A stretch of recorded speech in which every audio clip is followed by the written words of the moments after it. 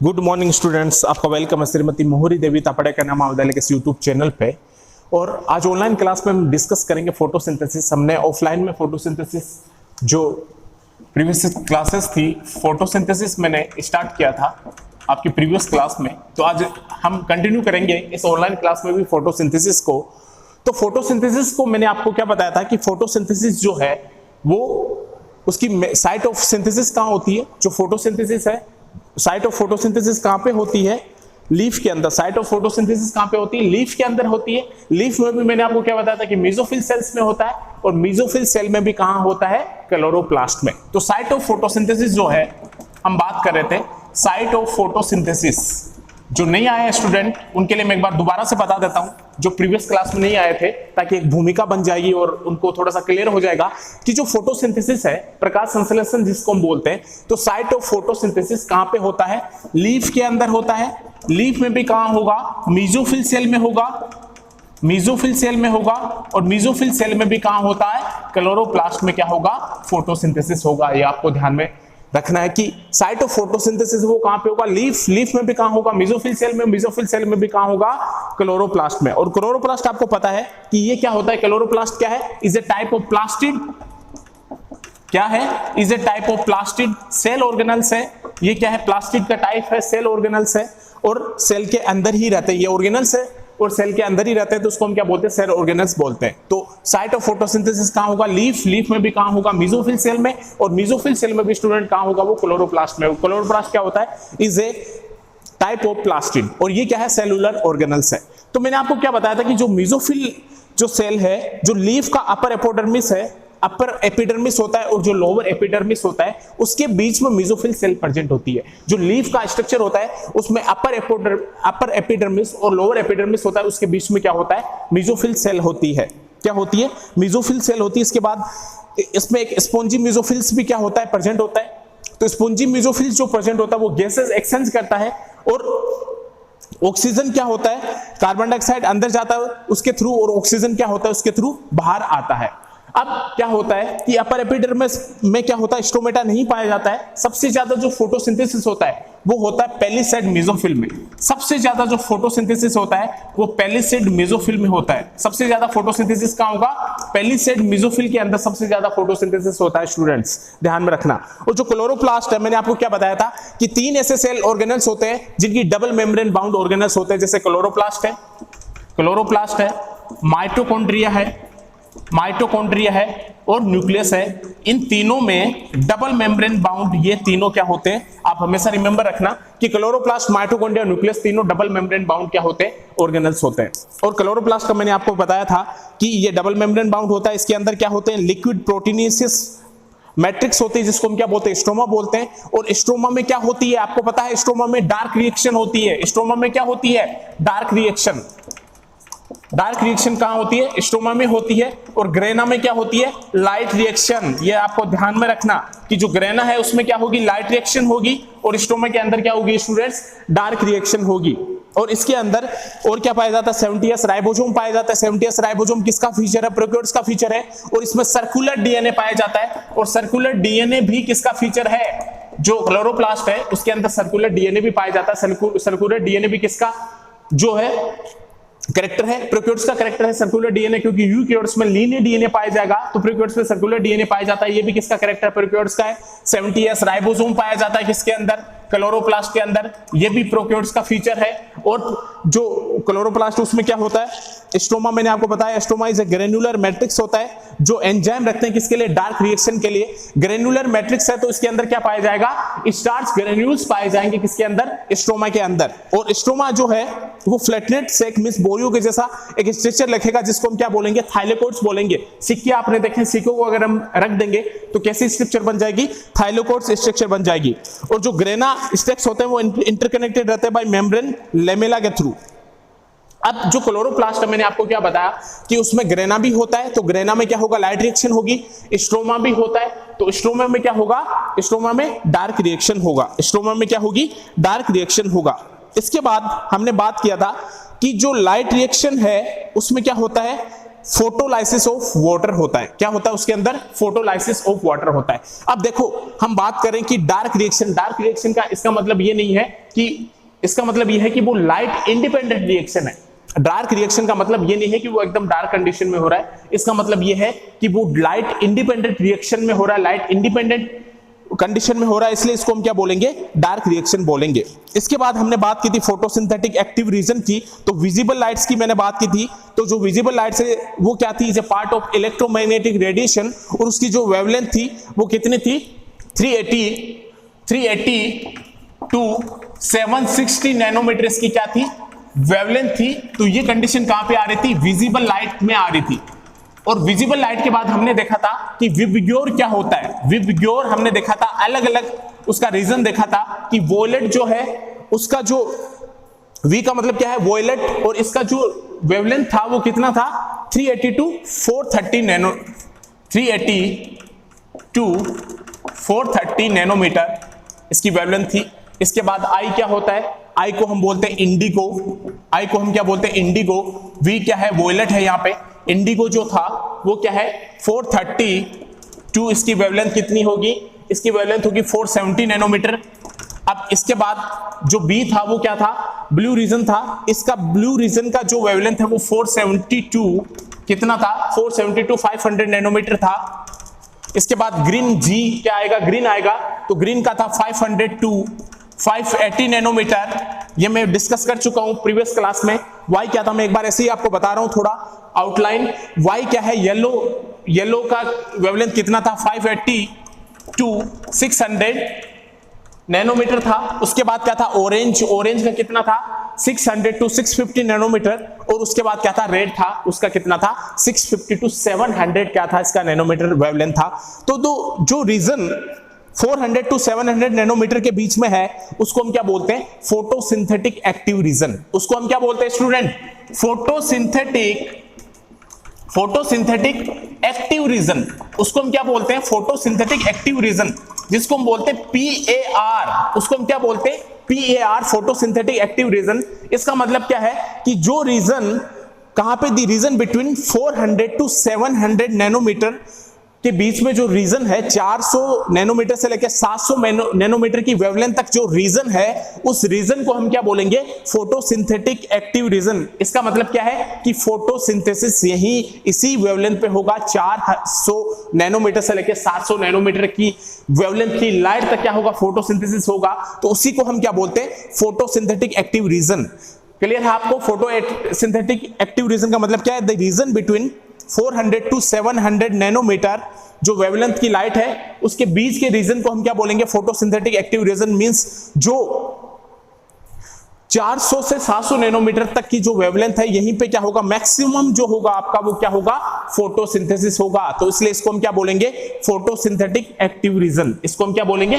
Photosynthetic active region. ये मैंने previous class तक डिस्कस कर चुका था। मैंने आपको एक आउटलाइंस बता दी है सारी, थोड़ा फास्टली आप इसको थोड़ा सा देख लेना। इसके बाद अब हम बात करेंगे, नेक्स्ट मैं बात करता हूं, इतना मैं डिस्कस कर चुका था। इसके बाद मैं बात करता हूं कि हमने जब एक प्रैक्टिकल किया था, आपको याद हो कि क्रोमेटोग्राफिक सेपरेशन किया था हमने लीफ पिगमेंट का। अगर आपको पता होगा तो हमने क्रोमेटोग्राफिक सेपरेशन किया था लीफ पिगमेंट का, आपने प्रैक्टिकल किया था। तो एक क्रोमेटिक सेपरेशन, एक क्रोमेटोग्राफिक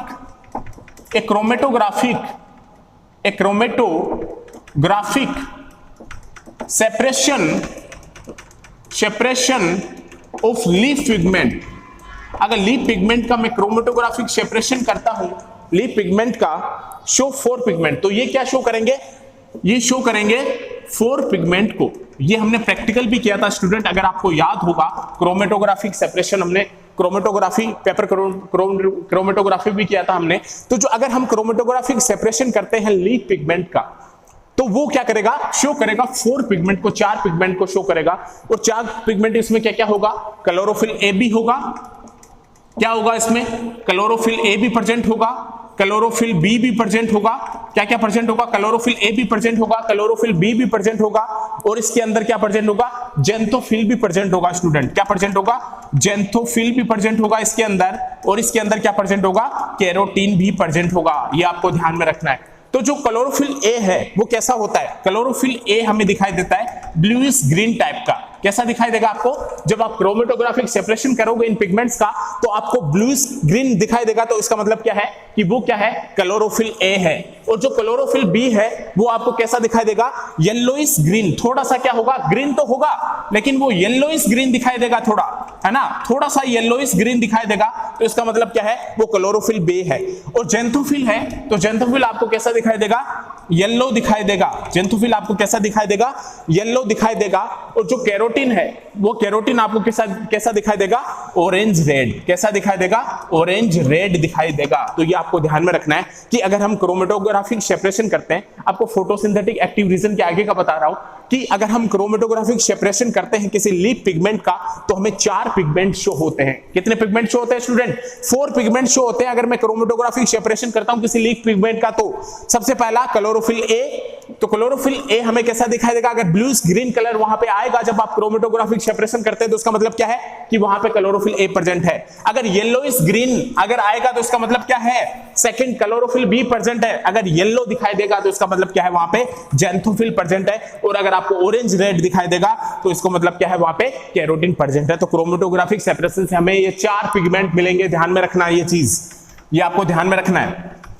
अब नेक्स्ट हम मेन इसमें बात करते हैं जो वेरी इंपॉर्टेंट है, जो आपको ध्यान में रखना है, थोड़ा कॉन्सेप्ट बेस्ड चीज है, आपको हमेशा ध्यान में रखनी है कि जो क्लोरोफिल ए होता है वो क्या होता है, मेन पिगमेंट होता है। ध्यान में रखना, क्लोरोफिल ए क्या होता है, chlorophyll A is the main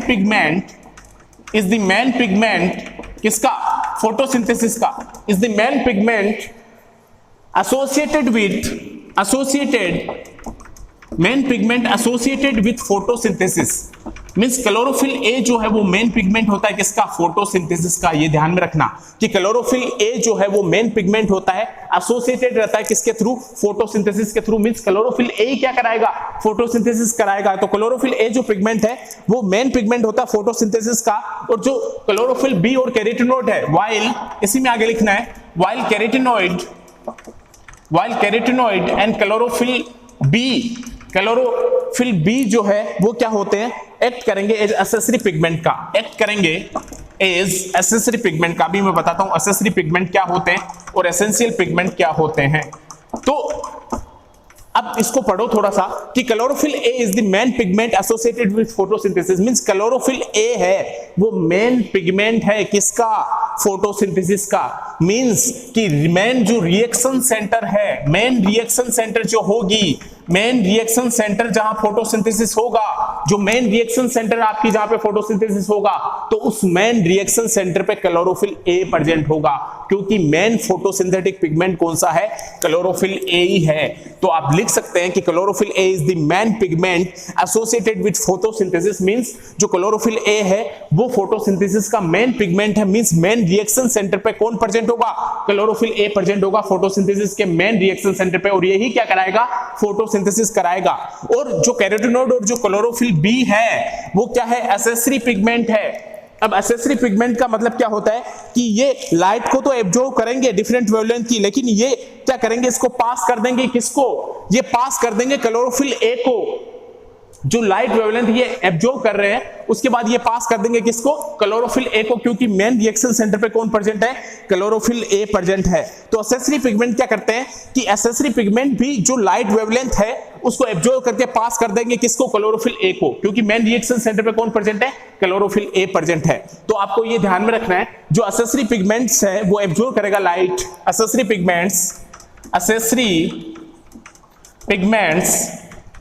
accessory pigment जो है वो एब्जॉर्ब करेगा, absorb light at different wavelength पे क्या करेगा, वो लाइट को एब्जॉर्ब करेगा डिफरेंट वेवलेंथ पे क्या करेगा, ये लाइट को एब्जॉर्ब करेगा। कौन, एसेसरी पिगमेंट एब्जॉर्ब करेगा light at different wavelength and pass it. और ये कहां पास करते हैं, ये पास करते हैं it on to the reaction center, on to the reaction center। और रिएक्शन सेंटर पे कौन प्रेजेंट है स्टूडेंट, क्लोरोफिल ए प्रेजेंट है। तो एक्सेसरी पिगमेंट का मतलब क्या है कि एक्सेसरी पिगमेंट एब्जॉर्ब करेंगे लाइट एट डिफरेंट वेवलेंथ की लाइट को क्या करेंगे, एक्सेसरी पिगमेंट एब्जॉर्ब तो करेंगे लेकिन पास करेंगे किसको, पास कर देंगे ये क्लोरोफिल ए को। एक्सेसरी पिगमेंट जो है डिफरेंट लाइट की वेवलेंथ को एब्जॉर्ब करेंगे लेकिन ये पास कर देंगे क्लोरोफिल ए को, क्योंकि क्लोरोफिल ए ही तो क्या है, मेन फोटोसिंथेटिक पिगमेंट है, मेन फोटोसिंथेसिस करा रहा है, जो मेन रिएक्शन सेंटर पे प्रेजेंट है और वो क्या करा रहा है, फोटोसिंथेसिस करा रहा है। तो एक्सेसरी पिगमेंट लाइट को एब्जॉर्ब करके क्या करेंगे, पास कर देंगे किसको, रिएक्शन सेंटर को। अब क्या होगा, जब रिएक्शन सेंटर को पास कर देंगे क्लोरोफिल ए को, तो क्लोरोफिल ए क्या कराएगा, कंटिन्यू क्या कराएगा, अपना फोटोसिंथेसिस कराएगा, क्योंकि मेन रिएक्शन सेंटर पे कौन प्रेजेंट होता है, क्लोरोफिल ए प्रेजेंट होगा। अब एक्सेसरी पिगमेंट का मतलब ये है कि ये मेन, एक्सेसरी पिगमेंट का मतलब क्या है कि ये जो है मेन रिएक्शन सेंटर पे प्रेजेंट नहीं होता है, not present in main reaction centre. Main reaction centre पे कौन प्रेजेंट होगा, ओनली ऑन क्लोरोफिल ए, वो ही क्या कराएगा, फोटोसिंथेसिस कराएगा। Accessory pigment main reaction centre पे प्रेजेंट कभी नहीं होगा, सिर्फ क्लोरोफिल ए प्रेजेंट होगा मेन रिएक्शन सेंटर पे, और वो ही क्या कराता है, क्लोरोफिल ए ही मेन पिगमेंट होता है फोटोसिंथेसिस का। एक्सेसरी पिगमेंट का काम बस इतना है कि वो डिफरेंट वेवलेंथ की लाइट को क्या करेगा, एब्जॉर्ब जरूर करेगा और वो पास कर देगा किसको, रिएक्शन सेंटर क्लोरोफिल ए को क्या कर देगा, वो लाइट पास कर देगा फोटोसिंथेसिस के लिए कि आप ही क्या कराओ, फोटोसिंथेसिस कराओ। अब जो क्लोरोफिल है वो एब्जॉर्ब करेगा लाइट को, कौन सी रीजन में लाइट को एब्जॉर्ब करेगा, जो क्लोरोफिल है, क्लोरोफिल ये एब्जॉर्ब करेगा लाइट को, कहां पे एब्जॉर्ब करेगा ये लाइट को, क्लोरोफिल जो है वो एब्जॉर्ब करेगा लाइट को at the blue and red region. ये आप ध्यान में रखना कि क्लोरोफिल जो है वो लाइट को एब्जॉर्ब करेगा कौन से रीजन में, ब्लू और कहां पे, ब्लू एंड रेड रीजन में। यहीं पे क्या होगा, मेन फोटोसिंथेसिस होगा। ये आपको ध्यान में रखना कि ब्लू एंड रेड रीजन में क्या करेगा, ये लाइट को एब्जॉर्ब करेगा कौन, क्लोरोफिल, और यही क्या होगा, यही फोटोसिंथेसिस कराएगा। Means blue and red region में क्या होगा, वहां पे फोटोसिंथेसिस होगा। ये आपको ध्यान में रखना है। तो ये हमने डिस्कस किया कि जो क्लोरोफिल ए है वो कहां प्रेजेंट होता है, मेन रिएक्शन सेंटर पे प्रेजेंट होता है, और यही मेन पिगमेंट होता है जो क्या कराता है, फोटोसिंथेसिस कराता है। हाँ, कैरोटीनॉइड और जो क्लोरोफिल बी है इसको हम क्या बोलते हैं, एक्सेसरी पिगमेंट बोलते हैं, कि ये मेन रिएक्शन सेंटर पे प्रेजेंट नहीं होते, लेकिन अगर ये लाइट को एब्जॉर्ब करेंगे तो ये लाइट को पास कर देंगे किसको, क्लोरोफिल को, जो मेन रिएक्शन सेंटर पे प्रेजेंट है क्लोरोफिल ए, उसको पास कर देंगे और ये क्या करा देगा, फिर फोटोसिंथेसिस कराएगा। तो क्लोरोफिल ए ही क्या रहता है, मेन रिएक्शन सेंटर पे प्रेजेंट रहेगा। तो क्लोरोफिल जो एब्जॉर्ब करता है लाइट को at the blue and red region में, और फिर क्या कराता है, ये फोटोसिंथेसिस कराता है। तो इतना आपको क्लियर है। आगे फिर नेक्स्ट हम डिस्कस करेंगे, अगली क्लास में डिस्कस करेंगे कि एब्जॉर्प्शन स्पेक्ट्रा क्या होता है और फिर कैसे कैसे फोटोसिंथेसिस, जो मैकेनिज्म ऑफ फोटोसिंथेसिस का वो कैसे होता है, फोटो सिस्टम कैसे होते हैं, कहां पे लोकेटेड रहता है फोटो सिस्टम। तो नेक्स्ट क्लास में डिस्कस करेंगे। Thank you.